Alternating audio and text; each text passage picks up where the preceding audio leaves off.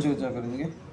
स्कंद 1 अध्याय 14 श्लोक संख्या है 12, 13, 14 और 15। श्लोक इस प्रकार है। शिवैषोद्यन्तमादित्य मभिरोत्य न लालना मामङ्गसारमेयोय मभिरे भक्त्यभिरुवथ शिवैश्वदन्तमादित्य मभिरोत्य न लालना मामङ्गलसारमेयो यमभिरेवत्यभिरुवत शिवैश्वदन्तमादित्य अविरोत्य न लालना मामङ्गलसारमेयो यमभिरेवत्यभिरुवत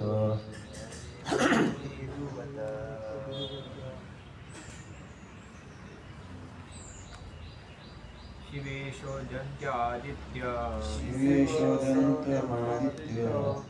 अविरोत्य न लालना मामङ्गलसारमेयो वीरवत्यभिरुवत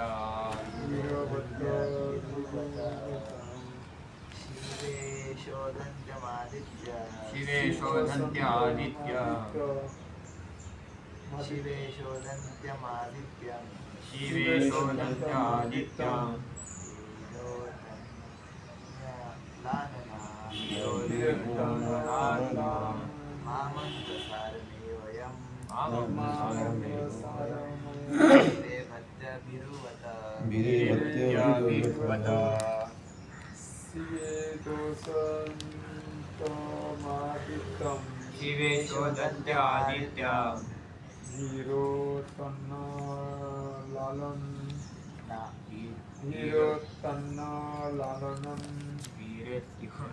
लालना अच्छा ममंग सारो मयो हयो ममंग सारो मेयो हयम मामङ्गलसारमेयोऽयं भीरो भट्ट भीरु वीरवत्यभिरुवत सिद्धार्थ अनुमतपुर शिल्पों को द्वारा सगत शिल्पों का शिवा शियारिन ऐसा यह उदयन उगता आदित्य सूर्य को अभी की ओर रोती रोती हुई अनल अग्नि आनना माम मुझको अंग हे भीम सारमेय कुत्ता अयम यह अभिरे गति भोगता है अभिरुवत भय रहित।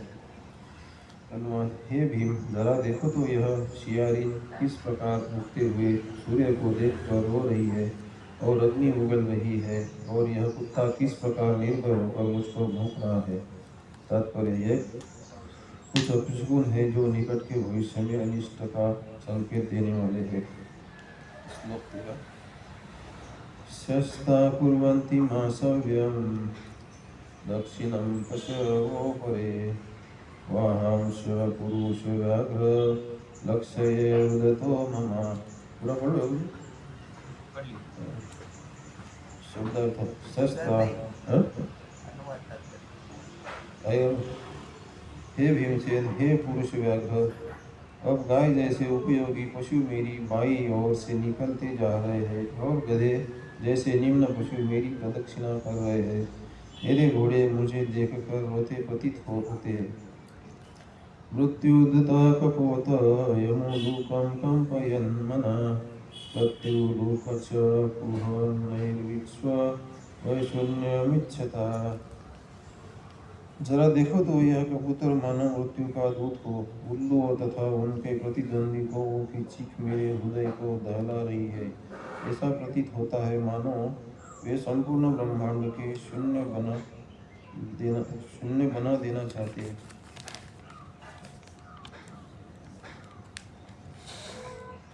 15 ध्रुमादिशा परिधया कंपते भूसहाद्रिः दीर्घातस्य महास्तात साकं च स्नतयुगिमुक्तिः। जरा देखो तो किस प्रकार धुआं आकाश को घेरे हुए है। ऐसा प्रतीत हो रहा है मानो पृथ्वी तथा पर्वत कांप रहे हो। बिना बादलों की यह गर्जन तो जरा सुनो और आकाश से गिरते वज्रपात को तो देखो। हरे कृष्ण। ॐ ज्ञानतिमिरन्दस्य ज्ञानाञ्जनशलाकया चक्षुरुन्मिलितं येन तस्मै श्रीगुरुवे नमः। श्रीचैतन्यमनोभीष्टं स्थापितं येन भूतले स्वयं रूपकदा मह्यं ददाति स्वपदान्ति। वन्देऽहं श्रीगुरो श्रीयुतपदकमलं श्रीगुरुं वैष्णवां च श्रीरूपां साग्रजातं सगुणरघुनाथान्वितं तं सजीवं साद्वैतं सावधूतं परिजनसहितं कृष्णचैतन्यदेवं श्रीराधाकृष्णपादान् सहगणललिता श्रीविशाखान्वितां च नमो वंशपादाय कृष्णपृष्ठाय भूतले श्रीमते भक्तिवेदान्तस्वामिनिति नामिने नमस्ते सारस्वती देवी गौरवाणी प्रचारिणे निर्विशेषशून्यवादी पाश्चात्यदेशिकारिणे हे कृष्ण करुणा सिंधु दीनबन्धु जगत्पते गोपेश गोपिकान्त राधाकान्त नमस्ते सप्तकाञ्चन गौराङ्गी राधेन्द्राणेश्वरी विश्वभानुसुते देवी प्रणमामि हरिप्रिये नमो नामधन्याय कृष्णप्रेमप्रदायते कृष्णाय कृष्णचैतन्य नाम्ने गौरतिषे नमः पञ्चतत्त्वात्मकं कृष्णभक्तरूपस्वरूपकं भक्तावतारं भक्ताख्यं नमामि भक्तशक्तिकं नमो गौरकिशोराय साक्षात् वैराग्यमूर्तये विप्रलोभ्यरसाम्बुदे पदाम्बुजाते नमो नमः नमो भक्तिविनोदाय सच्चिदानन्दनामिने गौरशक्तिस्वरूपाय रूपात्मकवरायते दिव्याधरणकल्पतरुमाधव सिंहदत्तनगासिंहासनस्थो श्रीमद्राधा श्रीलगोविन्ददेवपृष्ठादिविषयो मानस्मरामि नमो पंकजनाभाय नमो पंकजमालिने नमो पंकजनेत्राय नमस्ते पंकजांगाय नीलाचलनिवासाय नित्याय परमात्मने बलभद्रसुभद्राभ्यां जगन्नाथाय नमो नमः गुरुवे गौरचन्द्राय राधिकाय ददालये कृष्णाय कृष्णभक्ताय तद्भक्ताय नमो नमः वाञ्छाकल्पतरुभ्यश्च कृपासिन्धुभ्येव च पतितानां पावनेभ्यो वैष्णवेभ्यो नमो नमः जय श्री कृष्ण चैतन्य प्रभु नित्यानंद श्री अद्वैत गदाधर श्रीवासादि गौर भक्तवृंद हरे कृष्णा कृष्णा कृष्णा हरे हरे हरे राम राम राम हरे हरे मुखं करोति वाचालं लघुपं यातिगिरि यत्कृपातमं वन्दे श्रीगुरु दीनदारिणं हरे कृष्ण श्रीमद्भागवतं की जय जगदीश गोपाल की इसमें तात्पर्य तो कुछ है ही नहीं ये जो है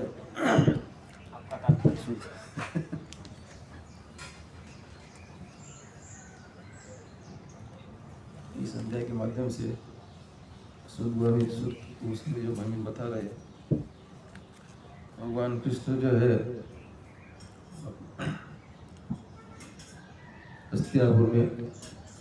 हस्तिनापुर का युद्ध होने के बाद में जो है अपना कार्य पूरा करके और जो राजपाट था पूरी सत्ता थी वो महाराज युधिष्ठिर को और पूरे पांडवों को सौंप कर अपने 100 धाम इसका शीर्षक भी है भगवान श्री कृष्ण का अंतर्धान 100 धाम चले जाते हैं द्वारका में चले जाते हैं। उसके बाद कुछ समय के बाद जो है महाराज युधिष्ठिर जो है अपने अर्जुन को द्वारका में भेजते हैं क्योंकि आगे का प्रस्ताव क्या है मतलब आगे चल के क्या करना है उसके बारे में जानकारी लेनी थी। इसके लिए क्या है अर्जुन को द्वारका में भेज देते और अर्जुन को भी अपने सगी संबंधी मतलब दोस्तों इष्ट मित्र से मिलना था तो वो द्वारका चले जाते हैं। द्वारका जाने के बाद में कुछ समय हो जाता है ऐसे करते कई दिन बीत जाते हैं तो 6-7 महीने हो जाते हो तो आते ही हैं तो महाराज युधिष्ठिर को चिंता होने लगती है कि अर्जुन जो है अभी तक द्वारका से वापस लौट नहीं आए क्या कारण हो सकता है कहीं भगवान अंतर्धान तो नहीं हो गए कहीं रास्ते में जाते हैं तो कुछ हुआ तो नहीं है। इसके लिए वो क्या बहुत चिंतित रहते हैं तो उसके मन में कई सारी शंकाएं उत्पन्न होती है और कई सारे अनेक विचार आते हैं और अब स्वप्न चित्रा कुछ मुझे दिखाई दे पड़ता है और वो अपने भाई भीम से कह रहे हैं ये जरा देखो तो यह सियार किस तरह से उगते सूर्य के समान सूर्य को देखकर रो रहा है और कुत्ता जो है निर्भय होकर भौंक रहा है और गाय भी देखो पशु देखो मेरी बाई ओर से निकलते जा रहे हैं और गति निम्न पशु मेरी प्रदक्षिणा कर रहे हैं ऐसे कई सारे उन्हें अपशकुन के ये लक्षण दिखाई दे रहे हैं। और क्या हम भी कभी कभी देखते हैं कि आजकल तो मतलब इतना अपशकुन को इतना मानते नहीं है, पहले बहुत मानते थे। हम भी कभी कभी देखते हैं तो क्या कभी घर से बाहर निकलते हैं कोई भी रोकता है टोकता है तो रास्ते के बाहर जाना नहीं चाहिए। यदि कोई मतलब चलते हुए रास्ते से अगर कोई बिल्ली की रास्ता क्रॉस करते हम अचानक से रुक जाते हैं कि कुछ होगा तो नहीं, और दूसरा कोई जाने के इंतजार में खड़े रहते हैं, तो कोई जाएगा फिर हम उसके बाद में निकल जाएंगे। और कोई आया ना हो मतलब फुटा हुआ आया ना तो उसमें भी देखना ही चाहिए, सब कहा जाता है। और यदि कहीं शुभ कार्य करने जाते हैं तो अगर कोई कांच टूट जाता है तो वो भी अपशकुन माना जाता है। और कभी कभी हम बाहर निकल के समय में कोई छींकता भी है तो वो भी अपशकुन समझा जाता है। हाँ, कोई बीमारी के कारण अगर कोई सीखता है तो मतलब अपशकुन नहीं, ठीक है, वो बीमारी हुई इसलिए वो सीख दिया ना। इसी तरह से कई प्रकार के अपशकुन के उदाहरण दिए गए हैं। और ऐसा नहीं कि अभी प्रभुपाद जी भी इससे कहा जाता है, मैं भी थोड़ा सा वरिष्ठ वाक्य से सुना हूँ। प्रभुपाद जी भी इस अपशकुन के ऊपर विश्वास करके अपना चलते थे। तो एक बार क्या हुआ, प्रभुपाद जी को कहीं जाना था, ऑस्ट्रेलिया कहीं जाना था। उनके एक शिष्य ने उनके लिए फ्लाइट का टिकट कराया था। तो फ्लाइट का टिकट बुक किया तो जाते समय अचानक प्रभुपाद जी को याद आ गया तो वो पूछने लगे उनसे आज कौन सा दिन है। तो शिष्य ने बताया आज तो गुरुवार है। फिर उन्हें ज्ञात हो गया कि मैं तो आज तो गुरुवार के दिन तो ट्रैवलिंग करता नहीं हूँ। फिर वो क्या प्रभुपाद जी टिकट कैंसिल करने के लिए बोलते और उसी दिन या तो जैसे रात के समय का टिकट बुक कराते हैं। और कहा जाता है कि गुरुवार के दिन का दोपहर का जो समय रहता है वो राहु काल का प्रतीक माना जाता है, ऐसा कहा जाता है। बंगाली में कोई पंचवृत्तिका नाम की पुस्तिका होती है, उसमें सब डिटेल में बताया गया अपशकुन के बारे में। तो उसमें बताया गया होता कि दोपहर का समय जो कोई बार वेला है, लग्न वेला है, ऐसा बताया गया।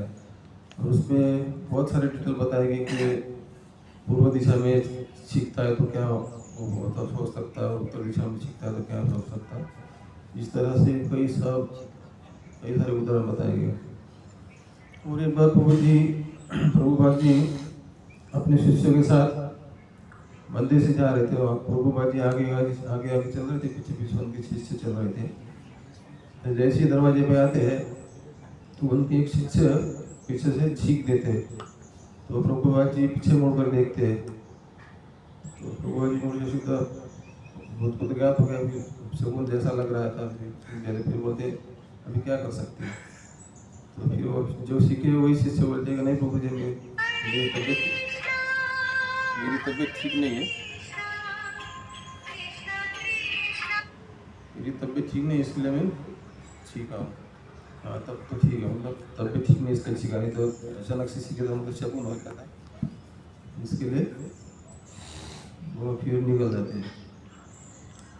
कभी कभी हम देखते हैं क्या हम भी अपनी मनमानी कार्य करते हैं। कभी कभी हम क्या माला तो करते हैं लेकिन हमारा हम ध्यान का माला में नहीं रहता है, मन इधर उधर भटकता रहता है। अभी तो लगता है कि हम माला तो कर रहे हैं, लेकिन अभी माला के अंदर भाव क्या है ये हम समझ नहीं पाते। ऐसे कई दिन पे दिन निकल जाते हैं लेकिन हमारे मन के हृदय के अंदर मतलब ये कोई माला नहीं जाती है। लेकिन भक्ति जो क्या है एकदम ये दृढ़ता से करनी चाहिए, एकदम नीचे पूरा वो शिक्षा उपदेशांत भी है ना, जिसको उत्साह नीचे धैर्य तत्कर्म प्रवर्तना संगत आकाश सतवृत्ति सडल विभक्ति प्रसिद्ध थी। कभी कभी हम क्या ट्रैवल करते हैं, मानो यहाँ से हमें बम्बई जाना है, रास्ता तो मतलब स्ट्रेट सीधा ही, ज़्यादा से ज़्यादा 2-2.5 घंटा लगता होगा सीधे चलने में। सीधे चलने में जाते थे, मतलब हम क्या करते हैं, निकलते तो है जाने के लिए, उसमें रास्ते में कई सारे प्रॉब्लम आती है। अभी हमारा क्या मन इधर उधर भटकता रहता है ना, हम कभी जाते थे, फिर चलो अभी जाते जाते थोड़ा तलाशी में जाएंगे, दर्शन करेंगे, उधर थोड़ा टाइम निकल जाता है। फिर वहाँ से निकलते हैं, चलो आगे तो थोड़ा लोनावाला भी आ रहा है, थोड़ा उधर फोटो खींच लेते, थोड़ा देख लेते, मनोरंजन कर लेते, फिर उधर थोड़ा टाइम निकाल लेते हैं। तो उसके बाद में वो आगे ज़्यादा थोड़ा ठंडा लग जाता है, ऐसा करते करते मतलब वो रास्ते में रुकते रुकते जाते, तो फिर रास्ते रास्ते जाते, जहाँ हमें 2 घंटे का समय लगता है वहाँ पे हमें 6 घंटा लग जाता है। उसी तरह से हम क्या है, माला तो करते हैं, लेकिन माला भी करते हैं 2 घंटे की जगह, मतलब क्या पूरा दिन माला खींचते रहते हैं। पूरा दिन कैसे माला खींचते, अभी 1-2 माला भी कर लेते हैं, कभी कुछ काम याद आता है तो वो काम करने के लिए निकल जाते हैं, वापस उधर से आते हैं माला बाकी, फिर और माला पकड़े 2-3 माला भी कर लेते हैं।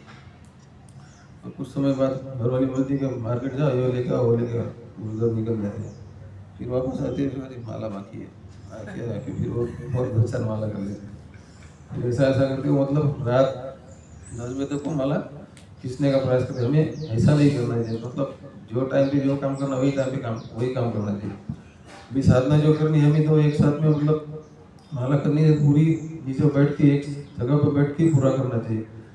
हमारे महाराज जी भी एक बार जो पास्टर में कर रहे थे, तो कह रहे थे जब हमें माला करनी होती है तो हमें जो माला करने का जो स्थान है, स्थान निश्चित करना चाहिए, और हर रोज वही जगह पे बैठ के एक जगह माला करनी चाहिए, और चित्त एकाग्र करके भगवान का स्मरण करके ही, और हम जो बोलते हैं वो स्पष्ट रूप से सुन के ही माला करना चाहिए। क्योंकि हम क्या, हमारा मन तो भटकते रहता है इधर उधर, तो नहीं कर पाते, हमारा इतना ये नहीं है। और जिस तरह से गोपियाँ जो भगवान की मुरली सुनते थे, गोपियाँ क्या एकदम अपना सब काम काज छोड़ के ऐसी मतलब दौड़ पड़ती थी। ऐसे कई सारे हैं, बता दो।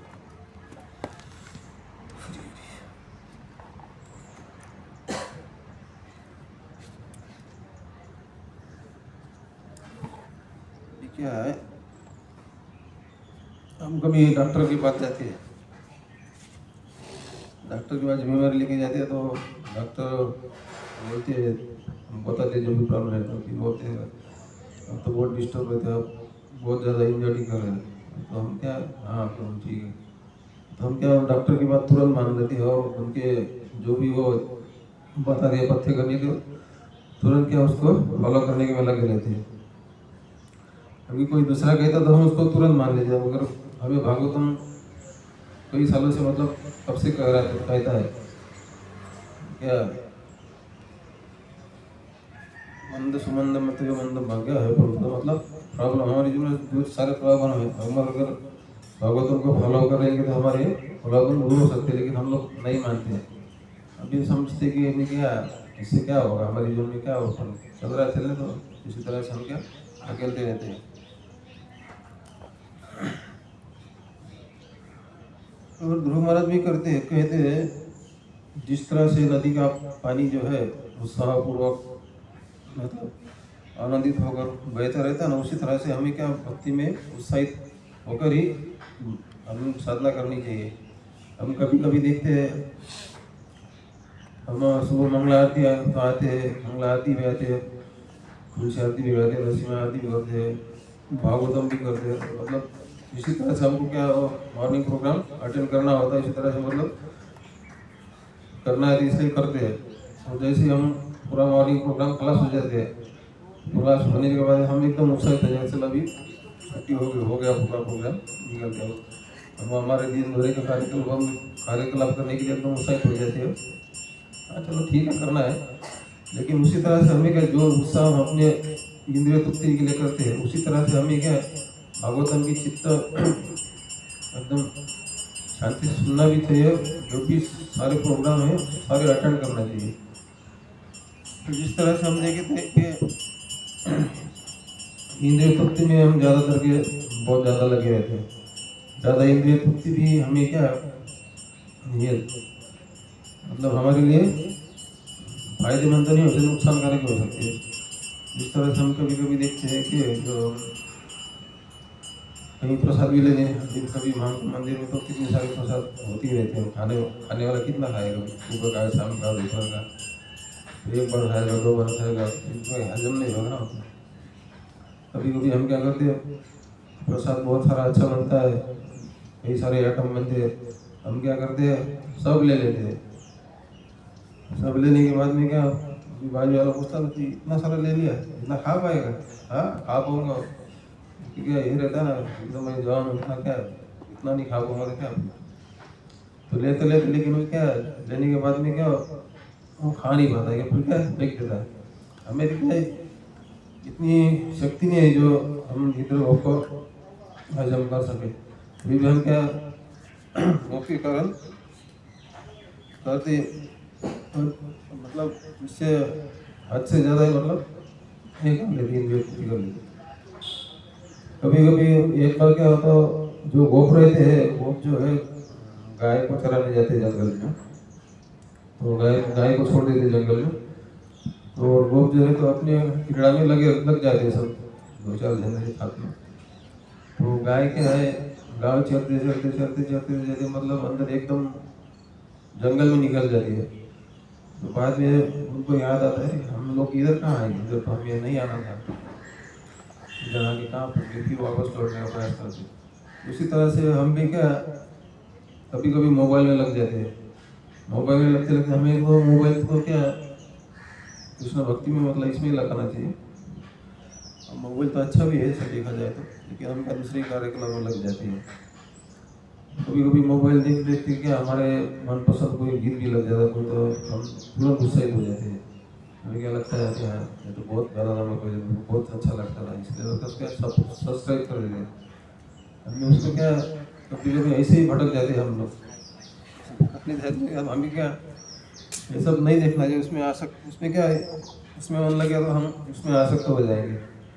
उसी तरह से हम जो मोबाइल में देखे तो हमें क्या खाली कृष्ण चैनल देखे, मतलब वो भक्ति का वाला ही सुनना चाहिए, ताकि हमें भगवान के तेरे स्मरण हो।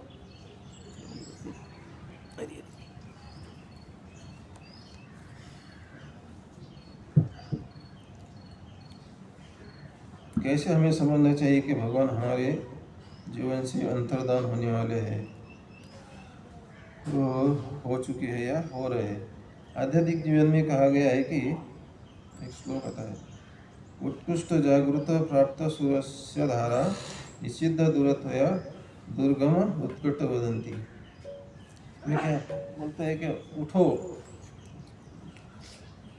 उठो, जागृत हो जाओ, जागो और समझो हमें इस आध्यात्मिक जीवन में क्या मिला है। ये आध्यात्मिक जीवन जो है एकदम कठिन है, जिस तरह से हमें लगता है कि एकदम सरल, तो उसी तरह से वो कठिन भी है।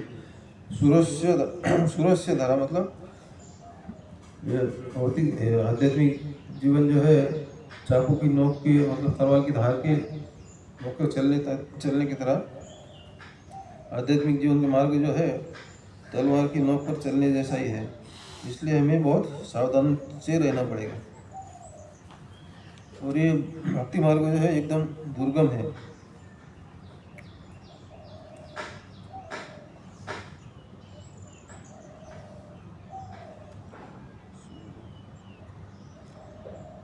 इसी प्रकार से क्या माया जो है, माया 2 प्रकार का कार्य करती है। एक माया जो है अभक्त है ना, अभक्त को है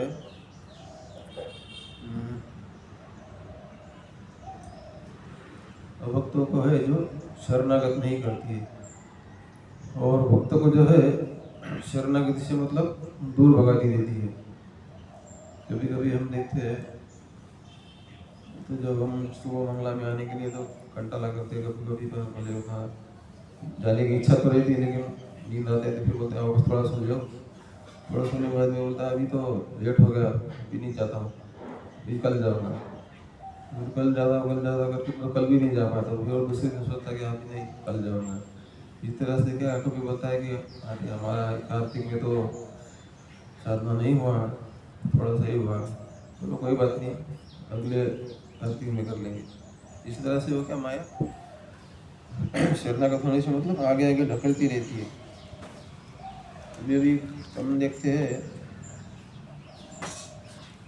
कि सनातन गोस्वामी भी कहते हैं कि अगर हमें इंद्रिय तृप्ति के लिए, हमें इंद्रिय तृप्ति के पीछे भागना नहीं चाहिए, क्योंकि इसमें हमारा ही नुकसान हो सकता है।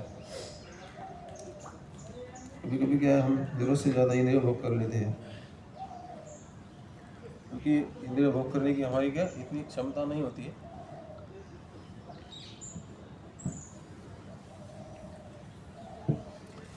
ये शरीर जो है स्वर्ग इंद्रिय तृप्ति के लिए दिया गया है। ऐसे तो हमारा शरीर जो है तपस्या के लिए ही बना है। तपस्या करेंगे तो क्या हमारा शरीर ठीक रह सकता है। अगर तपस्या नहीं करेंगे, ऐसे ही कुछ उल्टा सीधा करेंगे तो क्या कुछ समय के बाद ही हमारा शरीर मतलब छीन हो जाएगा।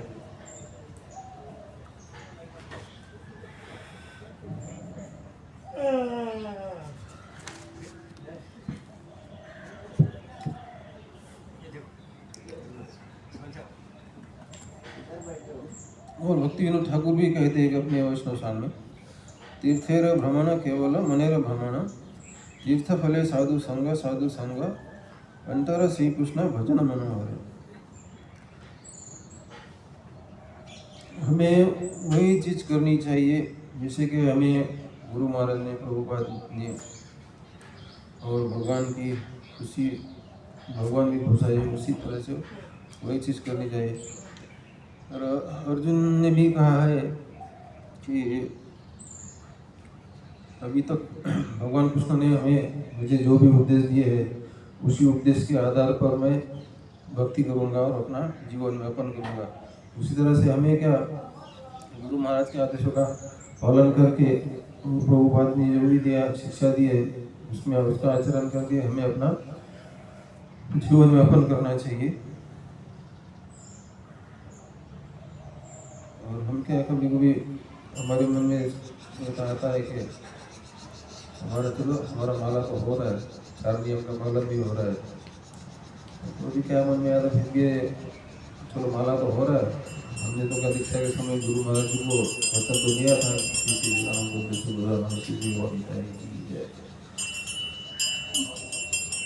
नियम पालन भी हो रहा है, 16 माला भी हो रहा है, लेकिन ऐसा हमें नहीं करना है।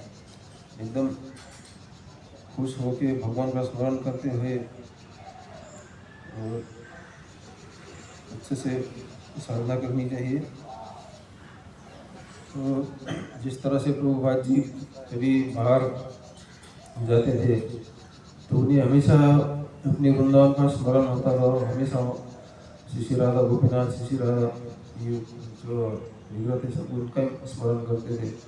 और यदि कोई प्रभुपाद जी से पूछता था अभी आप तो यहाँ पे हो और वृंदावन के बारे में क्या फील कर रहे हो, तो एकदम शुरू हो जाते हैं राधा मोहन मदन मोहन, ऐसा ये वृंदावन की बात ही अलग है। ऐसा इसी तरह से हमें क्या हमेशा भक्ति में एकदम तत्पर होकर उत्साह से निश्चयपूर्वक अपनी साधना करनी चाहिए, ताकि हमारे हृदय में भगवान हमेशा स्थापित हो। तो हमारे जीवन में उसमें क्या है, हमारे हृदय में सदा गोविंद विश्राम, हमें हमेशा भगवान का स्मरण करते रहना चाहिए और भगवान के बारे में सोचना चाहिए, भगवान की लीलाओं का वर्णन करना चाहिए, ताकि हमारे हृदय में हमेशा भगवान स्थापित रह सके। तो यही थोड़ा कुछ बताया गया है इसमें, मेरे को समझ में है, मैं थोड़ा बहुत बता देता था आपको। नहीं यदि मुझसे कोई भूल हुई तो मुझे तो कोई योग्यता नहीं है मेरी, लेकिन मैं थोड़ा सा विष्णु भक्त से सुना था, वही आपको बता दिया ताकि आपको भी थोड़ा सा आनंद आए, भगवान की प्रभुपाद को प्रसन्नता लगे और मेरे चित्त के हृदय शुद्धि के लिए थोड़ा बोलने का प्रयास किया। हरे कृष्णा। श्रीमद् भागवतम की जय, जगत गुरु श्री रूपाद की जय, निताई गौर की जय।